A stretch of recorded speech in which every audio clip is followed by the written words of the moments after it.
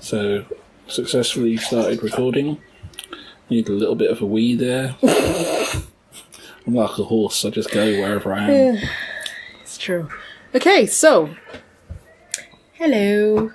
Welcome to part 3 of the Swanky Paint Alpha plus 11 updates and upgrades. So, the first 2 episodes we spoke about the ultimate undo, and the second we did dithering, and the third one we're going to be looking at wrap mode. I don't think we're going to do wrap mode. We're not doing wrap mode.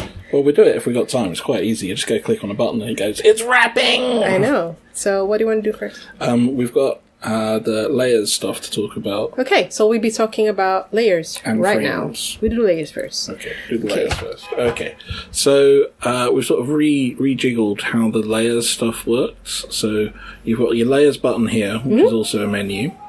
And to the right of it, it tells you what layer you're on and how many layers there are. Yeah. So I'm going to open up the layers window, which gets you some even more buttons. Some more options. So, okay, so this is a 64 by 64 image, which is what it loads up at the start. I'm going to add a layer, and you'll see we've now got 2 64 by 64s. So layer 0 is them laid side by side. So, you see that there? Yeah, you can see that there. So this is like layer 1, and this is layer 2. And it shows both of them. So if we go to layer 1, see layer 1, it's layer 2, see layer 2. And if we click that button there, then it turns on the compositing of the layers, so it puts them together. So at the moment we're on layer 1, make the brush a bit bigger. So I'm drawing on layer 1. If I draw on layer 2 of a different colour, you'll see that it's going underneath.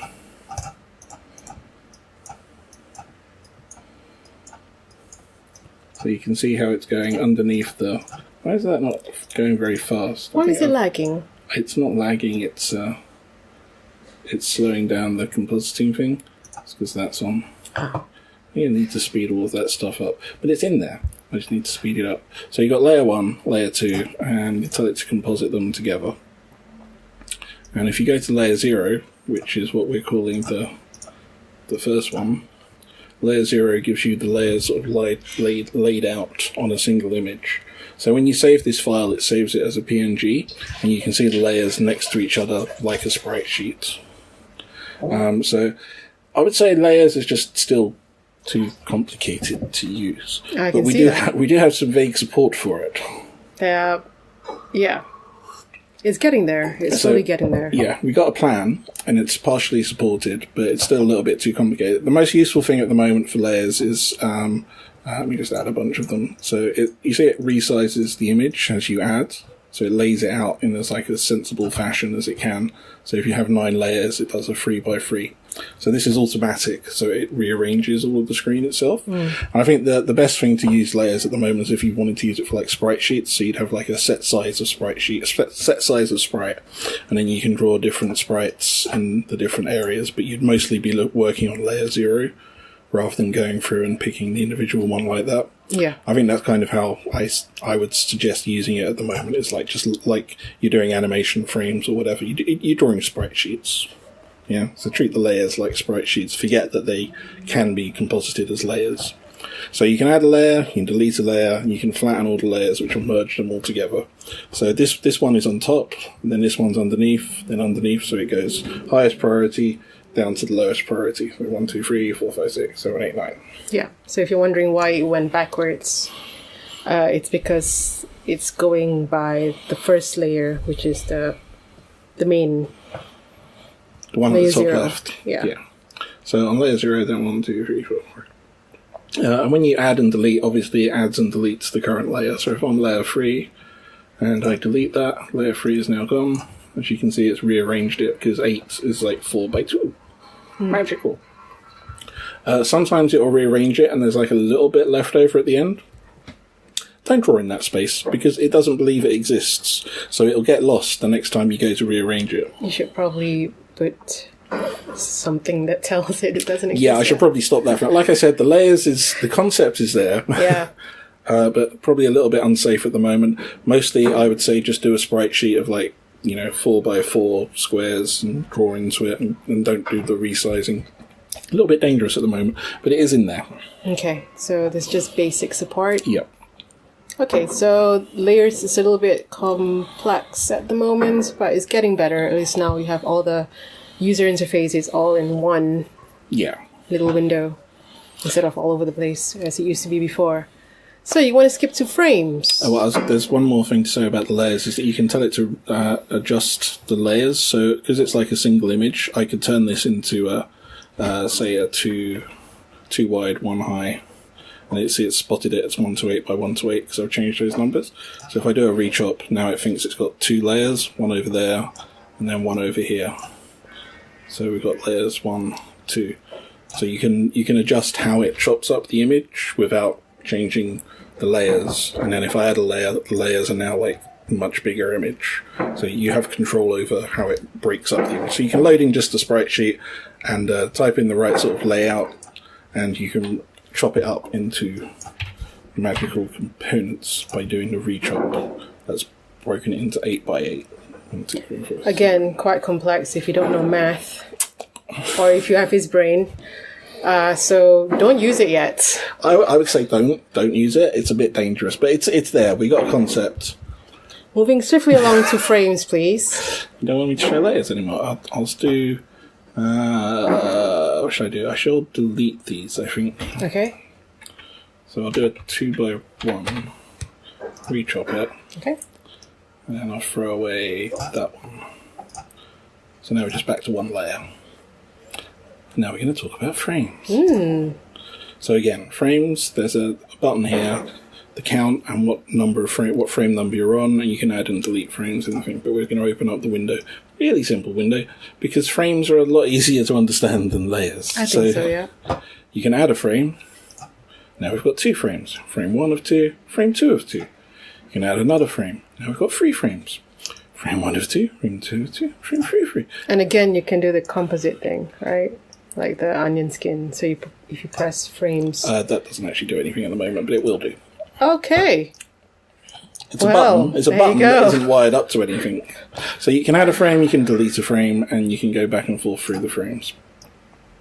That's a lot more which is simple to understand. You can do that with layers, but at the same time, it's working on like a single sheet, because you always save these as PNGs. So PNGs, we can have depth as animation, but when it comes to layers, I had to do something clever to arrange them into sheets, basically. Also, what is the difference between frames and layers, you might ask? Frames are like animation, and layers are layers of a single frame in an animation. Groups are groups. So I think we'll do a more in-depth I think we'll make it better. look into layers and frames, as in we do an actual project. So it might be a longer video if you have the patience to keep watching. And we'll do it when layers are a little bit more usable. I think there's a lot of things we can do to make layers more usable. Yeah. There's one other thing you can do, so you can swap frames with layers. So at the moment we've got 3 frames and no layers. So if I do swap frames with layers, we end up with 1 frame and 3 layers. So it lets you sort of, you can draw it, you can swap it, you can draw it, you can swap it. So you can sort of see it all laid out like this, which is nice. Sometimes if you want your animation laid out like this, you can draw onto all the frames at the same time. And that is a huge sort of saving. So swapping, if you don't use layers and you just use frames and then you swap back and forth between them, that's actually quite helpful. That's what I do most of the time. I just swap to see what it looks like. Yeah, so the layers era and the being able to see all of the frames set next to each other. And in theory, the swapping frames with layers is non-destructive. So you haven't actually lost any information. You've just swapped around how we're organizing things. And it's also remembered in the undo. So if I go back into the undo, you can see the layers and the frames changing. Ultimate undo. When I say we have ultimate undo, I mean we have really ultimate undo. So what's that under image? If you go window image brush, image here. That? Where my finger is pointing. Where are you pointing? Your finger's there. Image. Image? Yep. If you look under anim from sprite sheet. That's kind of like it doesn't swap. It just takes sprite sheet into an animation. So the sprite sheet is layers, right? It's laid out like layers, yeah. So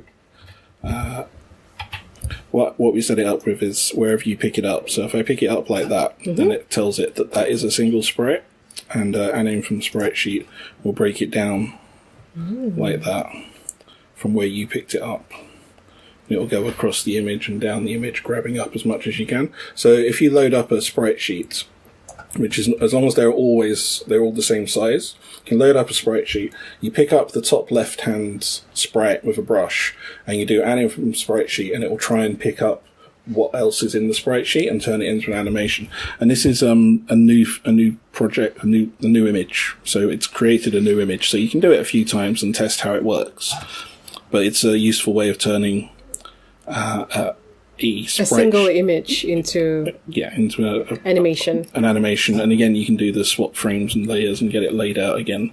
So just in case you don't know, that very useful shortcut into chopping up an entire sprite sheet or an image into pieces, just use that and in from sprite sheet.